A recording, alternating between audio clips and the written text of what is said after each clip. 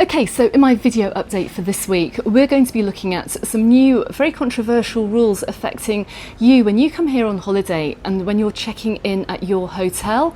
Plus, I've got some fake news that I want to call out that's appeared in the mainstream media, and I have a weather forecast and a jellyfish update for the week ahead. Now, I'm starting my video from over here on Magaluf Beach. I'm in the Food and Netta Cafe, which actually sadly has not opened today. I can't get my normal frappuccino, and I'm actually filming this in the early afternoon because, well, we had some extreme weather blow through the island this morning. Stick with me because later on in this video we're going to take a walk up through the resort from Magaluf back into Palma Nova. I'm going to show you what the resorts look like following quite a deluge and quite a dramatic storm that we had this morning, so hang around for that. But in the meantime, let's talk about the new rules that are going to be affecting hotel stays, and this is going to be coming into force as of the 1st of October, so that's literally going to be next week. Now, we all know how Spain absolutely loves bureaucracy, and we've had a worrying announcement from the Ministry of the Interior, that's the Spanish Ministry for the Interior, and that's regarding the new rules for checking in at hotels, which does seem like a violation of privacy and requesting a disproportionate amount of personal information, and this inevitably is going to lead to a longer wait. It's going to lead to a longer wait when you're checking in for your hotel in the future. Now, as it stands, no one is allowed to check into a hotel without presenting some form of ID, whether it's an ID card or it's a passport. So you have to have that legal identification when you do check into a hotel. So this completely isn't new. This isn't new, but from the 1st of October, hoteliers and other accommodation providers will be asking for the following. They will want details of a credit card or some other kind of financial details, maybe a debit card. They'll also want your mobile telephone number as well. And the hoteliers are then going to have to enter all of these details onto a separate platform as well, which has to be done manually. There's no automated way of doing it, and that's going to lead to bigger queues on check-in. Now, for this reason, and it's hardly surprising that the Spanish Hotel and Accommodation Federation are really against this. Now, they are pushing that the government changes their minds with the implementation of this, because if it does go ahead, it's going to cause chaos at check-in. You may remember in the previous video update, I showed you what the queues were like when you get a couple of flights arriving at the same time, or maybe a cruise ship arriving at the same time, and lots of hotel guests trying to check in. You can see this photograph of guests waiting outside the Globales Santa Lucia Hotel over in Palma Nova. Expect those queues to get longer and the wait to get longer as well. But it's not just this as well, because I'm not quite sure about the legalities too of checking in, and also some hoteliers asking for a photograph to be taken. Now, you may remember a little bit earlier on in the summer, one of my YouTuber buddies, Kevin, who runs the Scotsman in Tenerife YouTube channel, was checking into a hotel over in Cala Bona, and they asked to take his photograph when he was checking in. Now, I don't know if you can actually do that. I don't know what the privacy laws are surrounding that, whether you can actually refuse or not, but it did seem a little bit strange. Watch his video, I'll drop a link to it below, but I don't even think you can do that either. So what does this all mean for you coming over here on holiday? Well, not too much, because of course you're going to have your ID with you, you're going to have your passport or your ID card, you're probably going to have a mobile, you're also going to have some kind of payment card. I hardly think you're going to be arriving onto the island with no ID and a bag of cash, so you're probably going to have all the documents you need. You won't need a separate piece of paper. It's just going to mean a longer wait at check-in.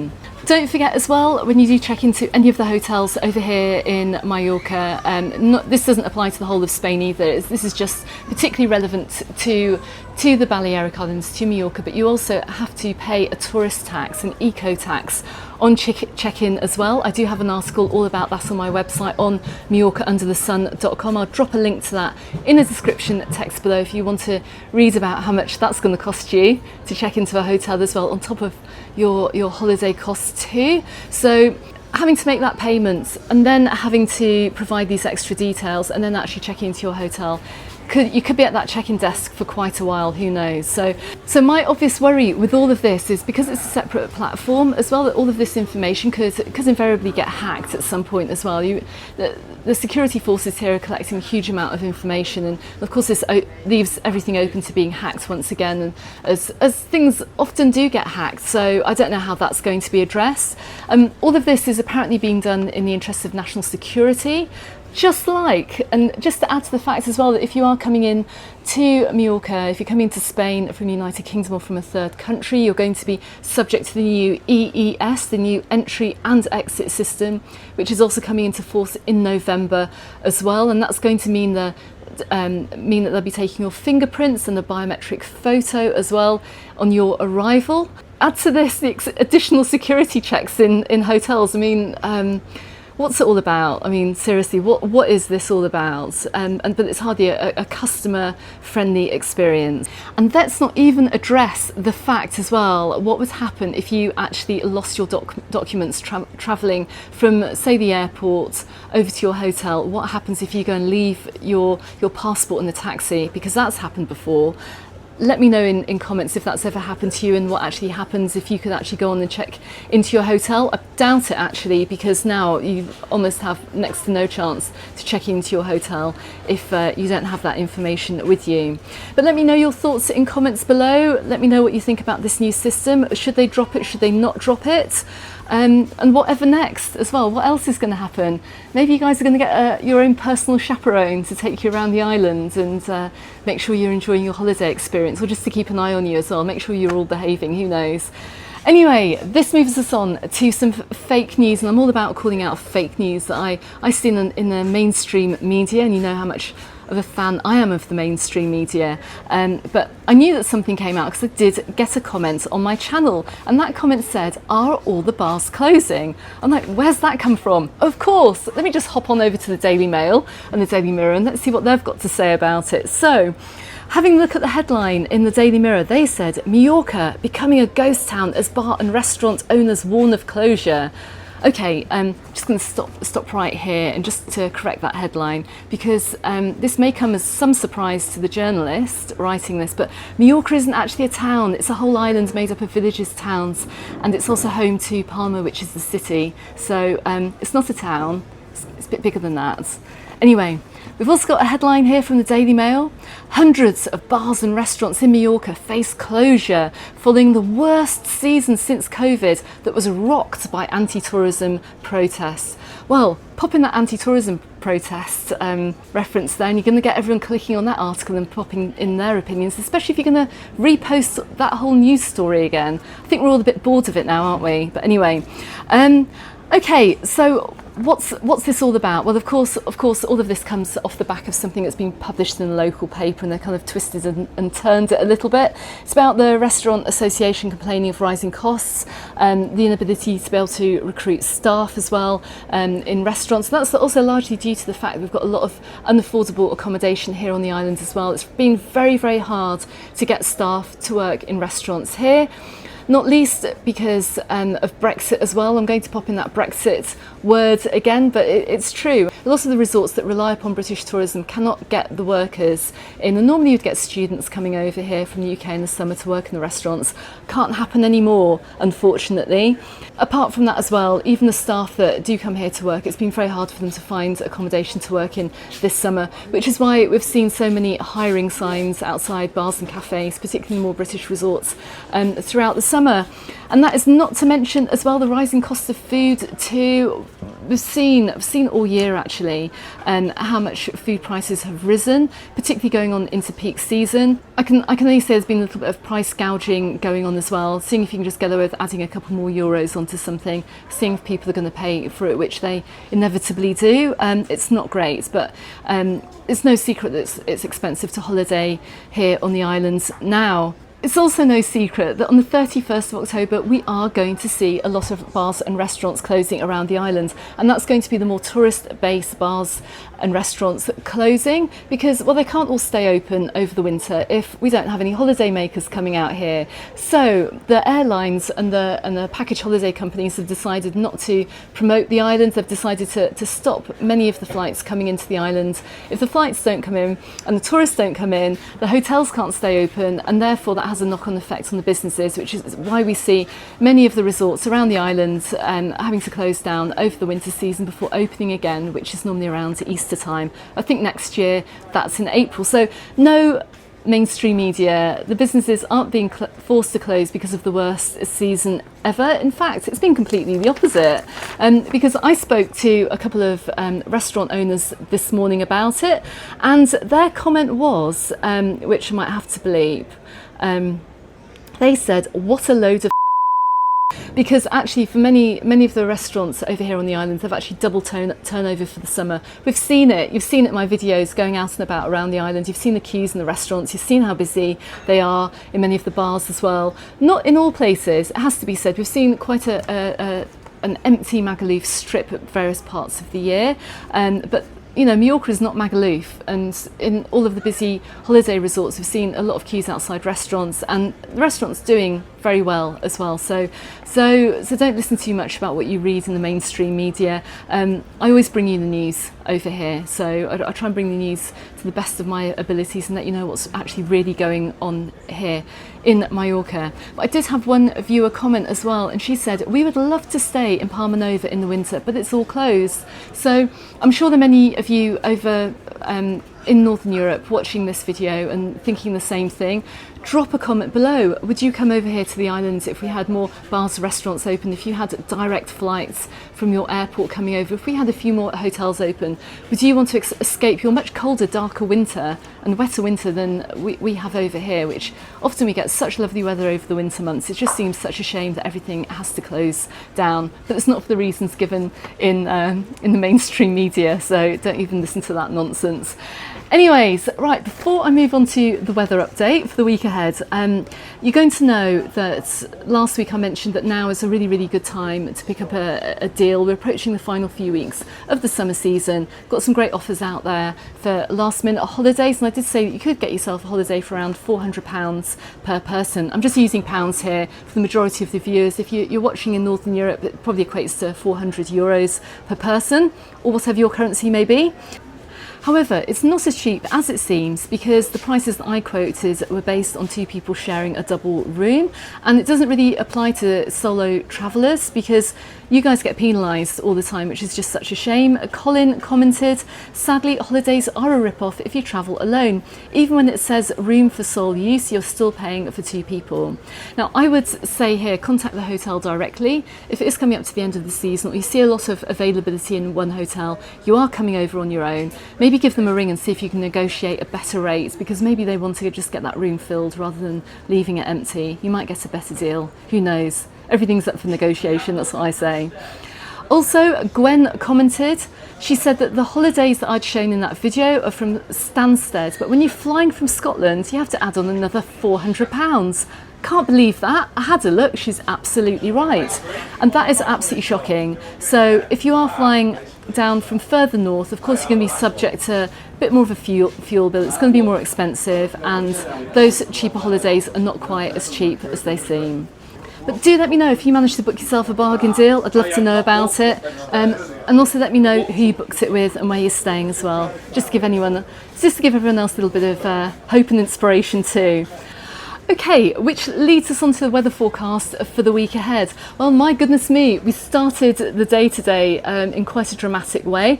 Actually started off with some sunshine. It felt very humid.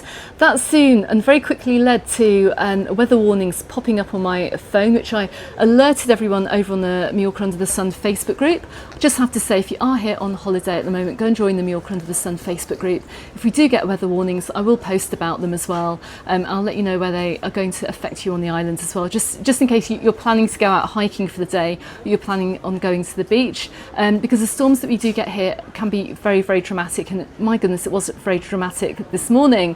So in the matter of about 10 minutes after I'd hung out my laundry, black clouds covered the sky. We had lots of thunder, lots of lightning, and a big deluge of rain too. I'm going to take a walk back in just a second, back towards my car over in Palma Nova, so keep on watching as well. We'll see what it looks like today, and we'll have a chat about it as we go through the resorts. But the blue skies have come back this afternoon. You can see behind me over here on Magaluf Beach, the blue skies are back. People are starting to return to the beach. However, unfortunately, tomorrow for Tuesday, we do have more rain forecast. It's quite a high chance of rain and storms on the islands. We've got a 90% chance on Tuesday. It looks a little bit worse in the southwest in Palma Nova, Magaluf, Santa Ponsa way than it does maybe in Alcudia, although they're going to be getting some rain as well. So we're going to be having different rain and different levels of rain around the islands. You may well escape actually having any showers tomorrow, who knows. Let me know if you do. If you're over here on holiday, let me know if you escape any rain over the next couple of days. But we're going to be enjoying highs of 28 degrees Celsius. We've got lows of around 15 to 16 degrees at night, so it's going to be a little bit chillier on the evenings as well. The mornings are quite fresh as well. But we do have, I do have good news. We've got better weather for the week ahead. So we still see a chance of showers appearing on Saturday. Whether this goes ahead, I don't know. Hopefully it'll fizzle to nothing. It's only Monday. Everything can change in the next few days. So keep an eye out on the weather forecast, but it is looking better for the week ahead too. Okay, also, if you saw my video from over in Puerto Pollensa yesterday, you will have seen over on Albuquerque's beach, we had a jellyfish flag flying too. Just want to put out that warning, if you are swimming over Puerto Pollensa way, they do have a problem with jellyfish at the moment, just because that bay is a little bit more sheltered. It's making it harder for them to wash back out into the water. So just keep an eye on those flags being put up along the beaches, but also keep an eye out for flags in general on the beaches too. You will have seen the red flag situation that we had over in Cala Bona, Cala Egos way in my video from Saturday as well. Go and check that out. I'm seeing people swimming in the sea as well when we have red flags. So just ask the lifeguards why the beaches have been red flagged. If you do see a red flag, it's either going to be because of unsafe water conditions, unless it's too stormy and there's a current running like we saw up in Cala San Vicente just the other week, or it could be because of water quality too. So go and ask the lifeguards before you go into the water. We're going to go and check out the flags over on Palma Nova Beach. I saw a yellow flag coming in too, but again, when we do have a lot of rain, it means we get a lot of runoff from the land into the sea. It's going to affect water quality. If you do go swimming, just don't put your head under water and don't drink it either. And don't forget too, we've got plenty of events happening next weekend as well. It's going to be a rollover from the cancelled events that we had on Saturday too. And I'm also going to be out and about on the island as well, so check the channel for more content. But for now, let's leave the empty Foodinetta cafe and I'm going to walk back to the car. I'm going to show you what the resorts are, just this far end of Magaluf, going into Palma Nova, what it's like down here after the crazy storms that we had this morning. So just turning the camera around here, you can see over here in the Foodinetta Beach Cafe that it hasn't opened up again this afternoon. Obviously with the rain pouring in this morning, it wouldn't be a nice experience for anybody, but this isn't the only place that hasn't opened today, because I'm just looking over towards Caribou Beach Bar right at the end of Magaluf Beach, and that hasn't opened up either. And I can see this little restaurant, this little ice cream shop to my left, that hasn't opened up, which is fantastic to see. But most importantly, whenever we do have storms over here on the island, they do whip through really quickly, and you can see everyone down here is enjoying some lovely blue skies and a return to the beach. But the storms down here are very evident. You can see where the water's come pouring down onto the sand this morning. We can also see how busy it's getting down here too. Okay, so let's leave Magaluf Beach now. Let's head on up into Palma Nova. Now I came out pretty much when it started to brighten up this afternoon, but I'm delighted to see it's now got a lot busier. And in the distance too, I can see they now have that green flag flying.